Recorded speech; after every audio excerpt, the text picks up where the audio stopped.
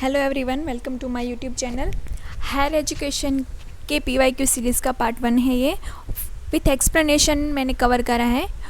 First question है assertion reasoning का question है। असर्शन बोल रहा है कि the purpose of 21st century higher education is to promote critical and creative thinking abilities among the students.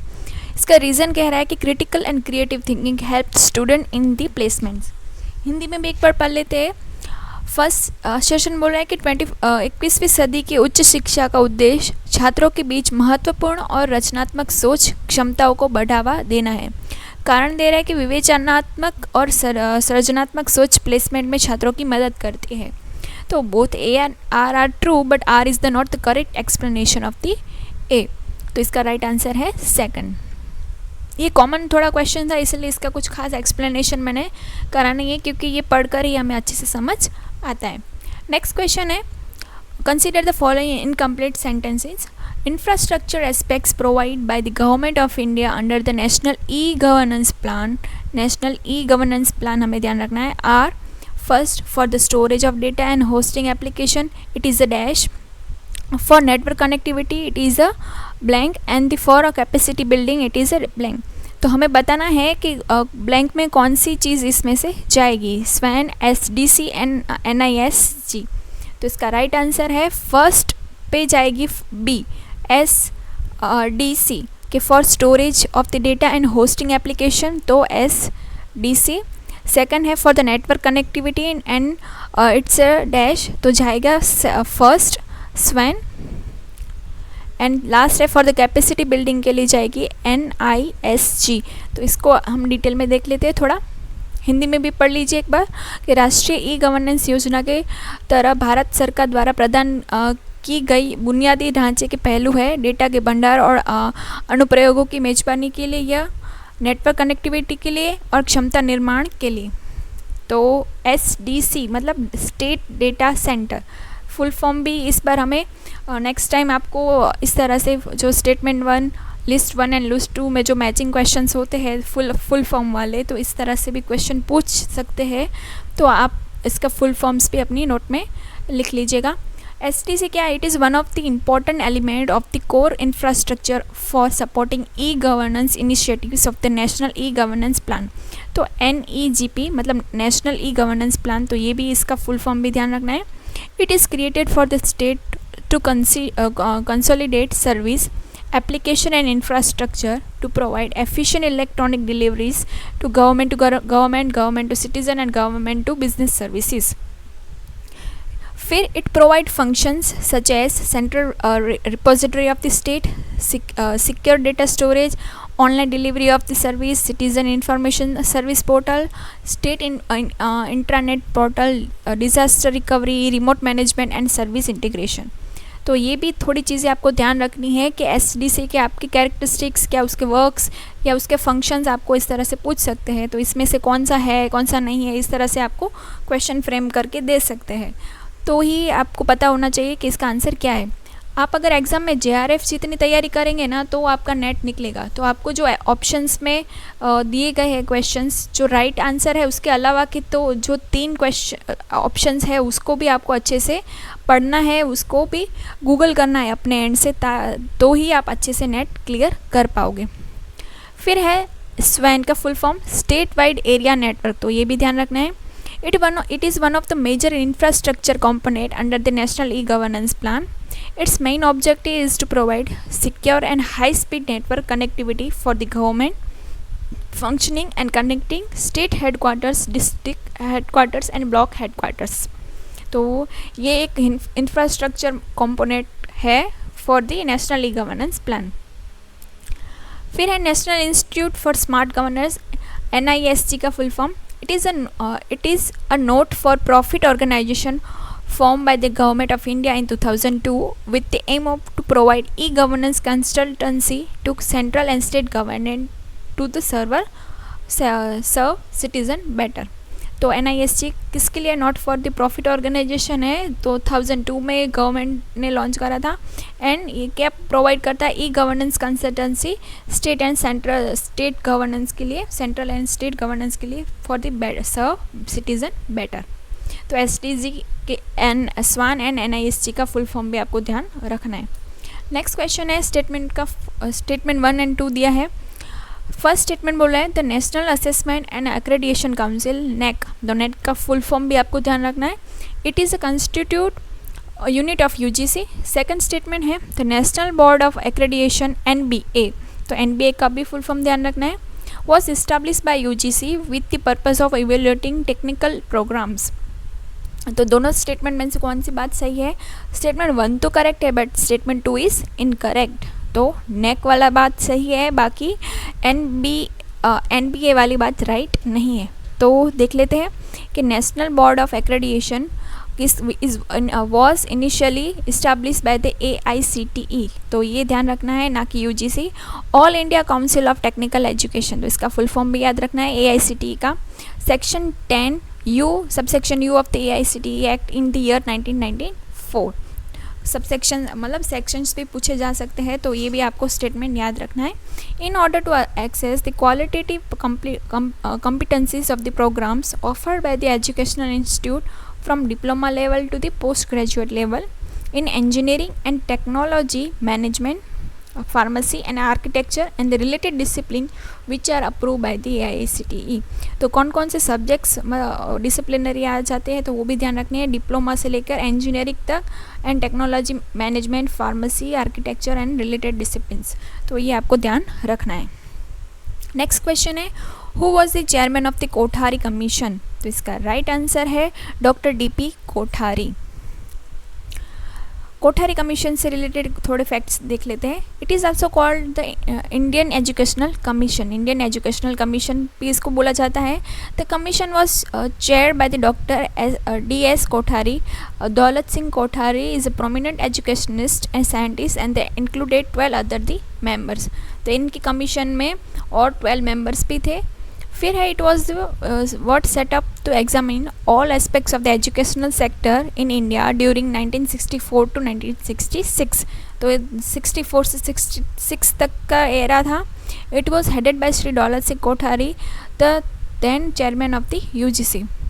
The primary objective is to standardize and formulate principle and guideline in the education system starting from the primary to the higher level. इसका main objective यही था कि principle and guideline set करना educational system में primary से लेके higher level तक था। It was establish to examine all the aspects of educational sector in India and produce appropriate strategy and guideline for the upliftment of the education को और आगे तक ले जाने के लिए और ऑल एस्पेक्ट्स में एजुकेशन सेक्टर को इंडिया में बढ़ावा देना। The commission recommended the standard duration for the each level of education, like 2 years for the higher secondary level terms as a class 11, 12, and also for the school level of the education. Similarly, they recommended 3 years of the study for completing the first degree at the college level, तो ये भी ध्यान रखना है। और देख लेते हैं बात एजुकेशन कमीशन 1964 से 66 ईयर भी पूछे जाते हैं। तो Kothari commission was setup under the chairman of doctor DS Kothari for the formulate a coherent education policy for India, suggest the restructuring education into uniform pattern 10+2+3, तो ये भी आपको ध्यान रखना है। It is adopted manpower approach to the enroll, issue and declare that the principal purpose of the higher education was to cater the need industrial and other sector, even as it acknowledged the role of promoting social transformation. तो social transformation through the education के through हो सकता है, ये उन्होंने बोला था।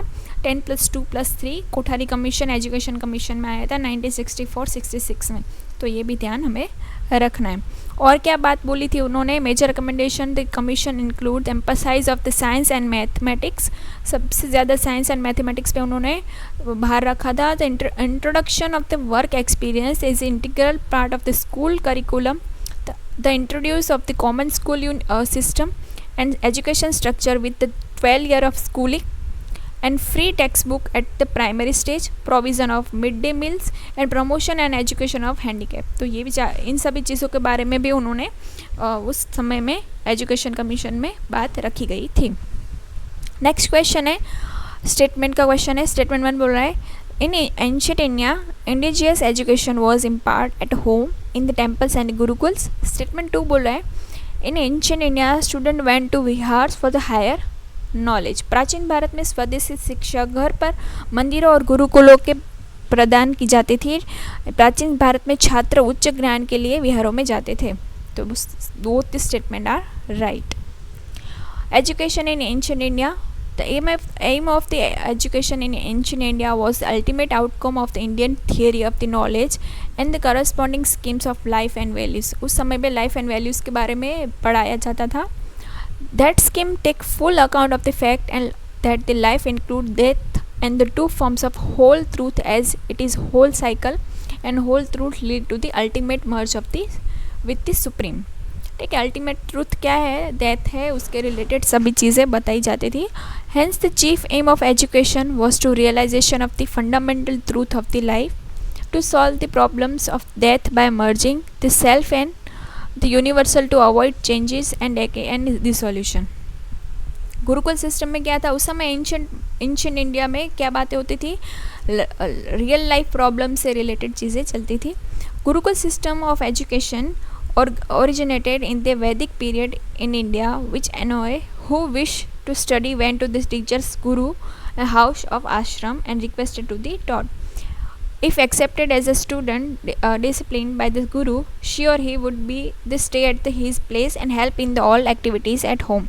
अगर गुरु उनको एक्सेप्ट करते थे एज अ शिष्य के तौर पे, तो वो गुरु के घर पे रहते थे और उनको घर के काम करने में भी हेल्प करते थे. गुरु taught everything the child wanted to learn, from Sanskrit to the Holy Scripture and from the mathematics to the metaphysics. The student stayed as long as he wished until the Guru felt that he had taught everything he could teach. This included the teaching from the Vedic literature like the Rig Veda and the Atharva Veda. There were the 3 stages in the life of the student. ये हमें ध्यान रखने हैं. Vasu till the age of 24, Rudra till the age of 36 and Aditya till the age of the 48. ये भी exam में पूछा जा सकता है. एजुकेशन इन मठ में कैसे दिया जाता था, ये था education in gurukul. Buddhist education was also imparted in maths during the Upanishads period. The entry to higher education was very selective and competitive and only to the best manage to the enter the citadel of the higher learning. Upashya Guru was mainly responsible for the proper education and upkeeping of the discipline. He was duly bound to fulfill all the necessity of the discipline during the education period. तो education in मठ में कैसे था कि गुरु उनको बोला जाता था उपज्यस्या, तो वही सब चीज़ों को देखते थे, वही सब डिसिप्लिन एंड नेसेसिटी चीज़ों को ध्यान रखते थे कि एजुकेशन देने में कौन सी चीज़ें लगेंगी. फिर है पोस्ट वैदिक एज, जहाँ पे the first stage is known as the Rig Vedic period और early Vedic period and the later stage is known as later Vedic period. Maurya period, Kushans period, Gupta period fall under the post Vedic age, that is the age after the Vedic period was over. तो Gurukul system become more prominent in this age. तो इस समय पे Gurukul system सबसे ज़्यादा सबसे ज़्यादा form में थी. फिर नेक्स्ट क्वेश्चन है, value education is about promoting first equality and social justice, national cohesion and the democratic citizenship. Third है rich cultural and spiritual heritage. D है religious practices and belief and E है sound moral and ethical principle. मूल्य शिक्षा को बढ़ावा देने के बारे में है समानता और सामाजिक न्याय, राष्ट्रीय एकता और लोकतांत्रिक नागरिकता, समृद्धि, सांस्कृतिक और आध्यात्मिक विकास, विरासत एंड धार्मिक प्रथाओं और विश्वासों. एंड ई है ध्वनि नैतिक और नैतिक सिद्धांत. तो इसका राइट आंसर है A B C and E. A B C and E. Religion perspective and belief को ध्यान नहीं रखा जाता था मूल्य एजुकेशन में. नेक्स्ट क्वेश्चन है, with reference to the intake of the Indian student, an institute of eminence can admit foreign student additionally up to the extent of कि भारतीय छात्रों के सेवन के संदर्भ में एक प्रतिष्ठित संस्थान विदेशी छात्रों को अतिरिक्त प्रवेश दे सकता है. इसकी सीमा है तो कितने % हम फॉरेन स्टूडेंट को एडमिशन दे सकते हैं, तो 30%. तो ये कौन कर रहा है, institute of eminence. IOE is the status confirmed and the selected higher education institute in India by the Ministry of Education, Government of India. तो मेन ऑब्जेक्टिव क्या था, किसके द्वारा ये उनको हायर स्टेटस मिला है, मिनिस्ट्री ऑफ एजुकेशन के द्वारा. ऑब्जेक्टिव था IOE का scheme to enable Indian university to achieve world class status by providing them with greater autonomy and resources to compete globally. ठीक है, उनको फुल फ्रीडम दी जाए ताकि वो university particularly world class university में उनको स्थान मिल पाए. What benefit of having IOS is status? They have the option to admit merit-based overseas student to fill up to 30%. Overseas student मतलब फॉरेन स्टूडेंट को 30% तक तो वो एडमिशन दे सकते हैं. फिर है they will get unrestricted flexibility to charge free to international student. ठीक है, उनको उनके पास फ्लेक्सिबिलिटी है कि वो फॉरेन स्टूडेंट से अपनी मर्ज़ी से फ़ीस चार्ज कर सकते हैं. They have to authority to choose the domestic student cost with condition that no accepted student should be turn away for the financial reason. Domestic student से भी उनको फाइनेंशियली अगर वो वीक है तो उनकी फ़ीस वो कम या ज़्यादा रख सकते हैं. They have the freedom to set their own curriculum and admission procedure, the freedom to hire foreign faculty and collaborate with the international institution, and access to greater funding for the research and infrastructure development. तो ये जो इसके benefits बोल सकते हैं या हम इसके कैरेक्टर्स या फंक्शंस बोल सकते हैं. तो आपको नेक्स्ट बार AIOE के आपको कैरेक्टरिस्टिक्स दे दे और पूछे कि इनमें से कौन नहीं है ABCD में से, तो हमें ये सब चीज़ें पता होनी चाहिए. Who is the chairman of the executive council in government of university? Vice chancellor, visitors nominee, फिर chancellor and secretary higher education department. सरकारी विश्वविद्यालय में कार्यकारी परिषद के अध्यक्ष कौन है? कुलपति, अंगतुक नामांकित व्यक्ति, कुलाधिपति एंड सचिव उच्च शिक्षा विभाग. तो इसका राइट आंसर है वाइस चांसलर. तो थोड़ा देख लेते हैं VC के बारे में भी. The executive council also called as syndicate और board of management. Its authority that take all the executive decision and implement all administrative and financial power and exercise by this body. तो executive council कौन है? जिसके पास all the powers and exercise duty है कि वो administration से related सभी decision and financial power से रिलेटेड सभी डिसीजन ले सकती है. Generally the executive council consist of the vice chancellor as a chairman. Vice chancellor है वो एज ए चेयरमैन वर्क करेगा उसकी पूरी कमेटी में. फिर प्रो वाइस चांसलर होंगे, 2 डीन होंगे, 3 और 4 रिप्रेजेंटेटिव होंगे टीचर्स के, 2 और 3 रिप्रेजेंटेटिव होंगे generally head of the college और institution affiliated to the university, और 3 और 4 नॉमिनीज होंगे ऑफ द गवर्नमेंट एंड 2 और 3 numbers of the senate who are the external members. तो थोड़े आप चीज़ें ध्यान रख सकते हैं कि आपको एग्जीक्यूटिव काउंसिल से रिलेटेड कुछ क्वेश्चन पूछे जाए तो इनका फॉर्म याद रखना है. एक तो VC होंगे, प्रो VC होंगे, 2 डीन होंगे, 3 से 4 टीचर के रिप्रेजेंटेटिव होंगे, 2 से 3 नॉर्मल अफिलिएटेड यूनिवर्सिटीज़ के होंगे टीचर, 3 और 4 नॉमिनी होंगे गवर्नमेंट के नॉमिनी, एंड 2 से 3 मेंबर होंगे सीनेट से. तो ये ध्यान रखना है, मतलब पूरी कमेटी को ऐसे सीक्वेंस में आप याद रखोगे ना तो याद रह जाएगी. There could be minor varieties in this board. Pattern of the composition from university to university depend करता है यूनिवर्सिटी में ये सीक्वेंस मेंटेन हो रहा है नंबर्स में या फिर उसकी कमेटी में कुछ बदलाव हो सकते हैं. The main function of vice chancellor of the universities are following. VC के मेन फंक्शंस क्या है? Vice chancellor is ex officio, इसको एक्स ऑफिशियो भी कहा जाता है. The chairman of the executive council and the academic council as well as a financial committee and other statutory bodies like planning boards and selection committee. As the chief executive, he or she is responsible for ensuring that the university function is accordance with the provision of the act, status and ordinance and the regulation. He or she is responsible for ensuring discipline among the teacher, staff and student. In the emergency, he or she can exercise any power of any authority and report the matter for the authority concerned for ratification of the decision, and he or she is delegate his power to other officer. तो VC के जो functions है वो भी हमें ध्यान रखने exam में पूछे जा सकते हैं. फिर chancellor, the central university have a statutory officer of the chancellor who is the head of the university. He presides over the meeting of the court and the convocation of the university. वो meeting of the court and convocation को वो deal करते हैं. The registrar क्या है? The position of the registrar who is the head of the administrative wing of the university is a key position. He is ex officio the secretary of the all statutory bodies of the university, issues notice for their meetings, prepare the agenda and also the minutes of the meeting. फिर है educational secretary. कौन है?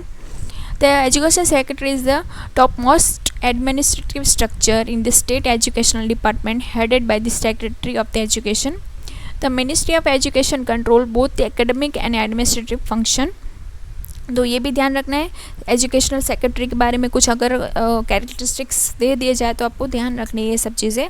Of this schools through the principal secretary and director of education.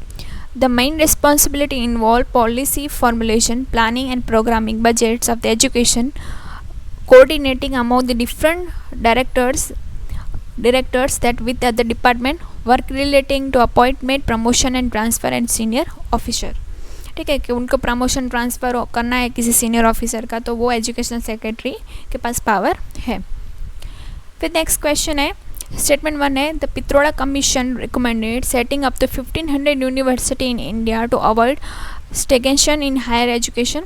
Statement 2 बोला है, to address the problem of the low enrolment in higher education in India, Indira Gandhi national open university was set up in 1975.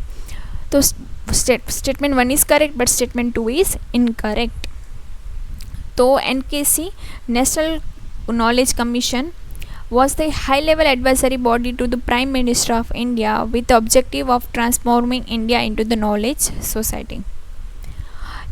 It is endeavored to transform the knowledge landscape of the country.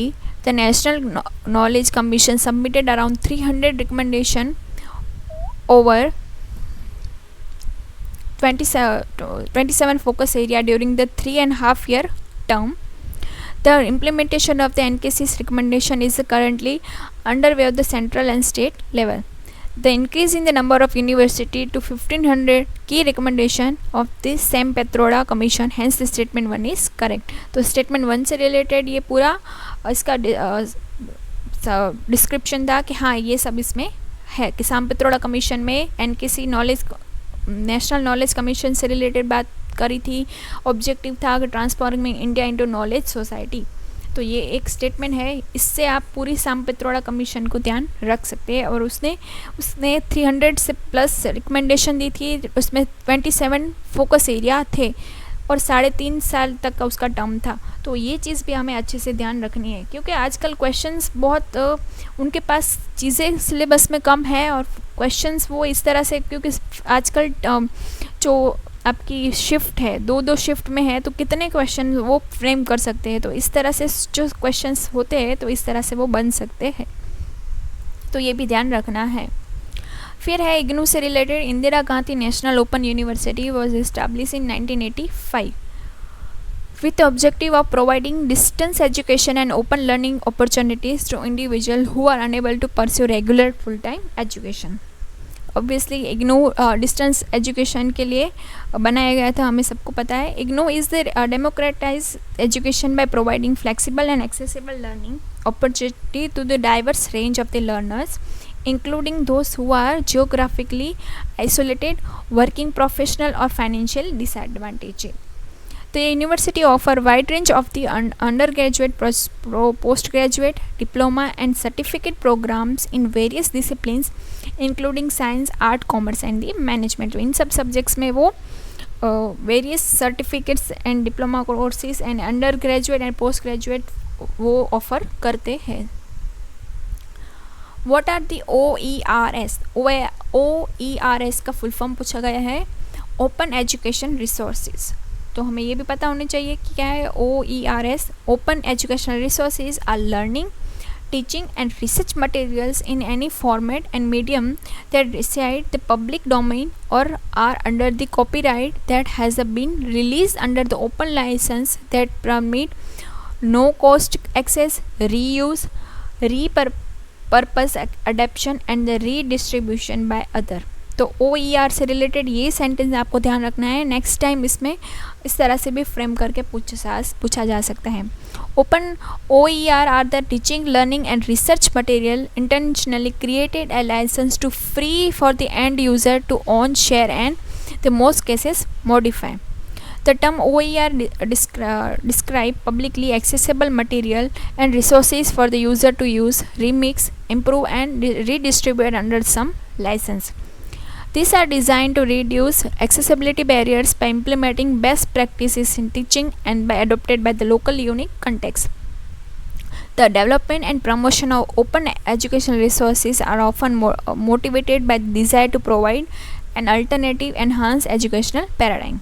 तो OER से related हमें ये चीज़ें ध्यान रखनी है, no cost access, reuse, repurpose and redistribution by other and is the free to the end user to own, share and in the most cases modify. The acronym NHEQF का full form क्या है? The national higher education quality framework. NHEQF was developed by the Ministry of Human Resource Development in the consultation with the various stakeholders including universities, college, industry and professional body. NHQF का main aim क्या है? It provide common reference to the framework for higher education qualification which will make it easier for employees, students and other stakeholders to understand and compare different qualification. It is based on the set of learning outcome which describe the knowledge, skill and competency that students are expected to acquire during their study. The NHEQF is intended to promote quality and relevance in higher education and improve employability of the graduate. It is aligned with the international best practice such as European Qualification Framework EOQ and the Qualification Framework for the European Higher Education Area QFEHEA। तो ये भी ध्यान रखना है कि international level पे भी ये दो चीज़ें हैं जो किसके साथ कनेक्टेड है? NHEQF से साथ कनेक्टेड है।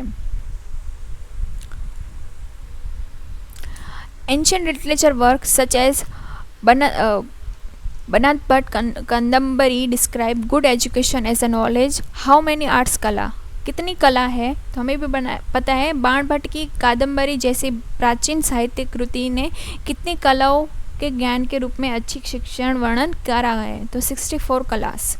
Identify the institute of the national importance among the following. तो इसका राइट आंसर है Rashtriya Raksha university Gandhinagar, RRU Gandhinagar. It is newly established institute of national importance located in Gandhinagar, Gujarat. It was established in 2020 by upgrading the Raksha Shakti University RSU, which was originally set up in 2009 to offer courses in field of the internal security, police, science and law enforcement. The RRU, the Raksha Shakti University, aimed to provide quality education and training in the various fields related to national security, including cyber security, counter-terrorism, forensic science and disaster management. तो ये भी ध्यान रखना है। It is recognized as an institution of the national importance under the राष्ट्रीय सुरक्षा रक्षा University Act 2020, which was passed by the Parliament of the India. Who among the following is accredited with the view that knowledge without character is a sin? निम्नलिखित में से किसे ऐसे विचार का श्रेय किया जाता है चरित्र के बिना ज्ञान एक शाप है? तो किसने बोला था ये? महात्मा गांधी ने। फिर है the white paper on Indian education was announce as a few days before the passing of the Indian university act in 1904. Indian University Act was passed in 1904 during the British colonial rule in India. This act was introduced to improve standard of education in India, aimed to establish proper universities with modern facility and research center. इसका main यही M था कि India में university को और modern research centres को बनाया जाए। फिर इसमें it propose the establishment of university in India that would be offer degree recognized by the British university The act allowed for the establishment of India which were granted the power of award records degree. The first such university established under the act was University of Calcutta, followed by University of Bombay and University of Madras. The act also provided for the establishment of University Grant Commission, which is still in the apex body of higher education in India. तो ये सब पूरी history है university act पास 1904. तो आप ये सब चीज़ें भी एक्स्ट्रा में वीडियो पॉज करके अच्छे से पढ़ लीजिएगा. एग्ज़ाम में किसी भी तरह से कुछ भी क्वेश्चंस पूछे जा सकते हैं. तो एक बार आपको पढ़ा हुआ होगा ना, तो आपको कुछ ना कुछ तो आप उसमें ऑप्शंस में चूज़ करके अच्छे से फिल कर सकेंगे. तो पार्ट 1 के लिए इतना ही. Thanks for watching.